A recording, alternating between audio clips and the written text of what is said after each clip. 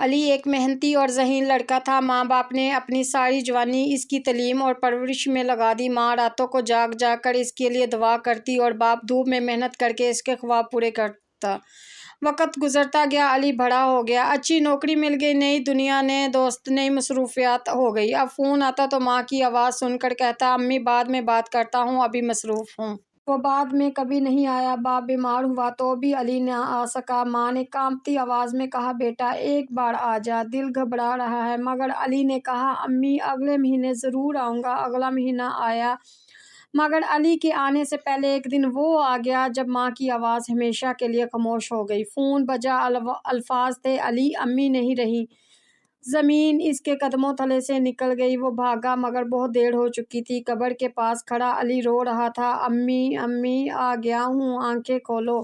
مگر قبر خاموش تھی۔ باپ کمزور ہو چکا تھا۔ اس نے بیٹے کے سر پر ہاتھ رکھا اور کہا، بیٹا والدین زندہ ہوں تو ان کی قدر کر لو، بعد میں صرف قبریں رہ جاتی ہیں۔ اسی رات علی پہلی بار سجدے میں گرا، آنکھوں سے آنسو بہتے رہے۔ یا اللہ میں غافل تھا، میرے ماں باپ کو جنت الفردوس میں جگہ دے دے اور مجھے معاف کر دے۔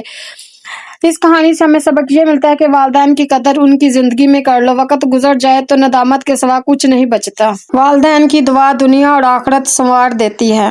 اگر میری کہانی اچھی لگی تو لائک، فالو، سبسکرائب کریں اور اسے شیئر بھی کریں۔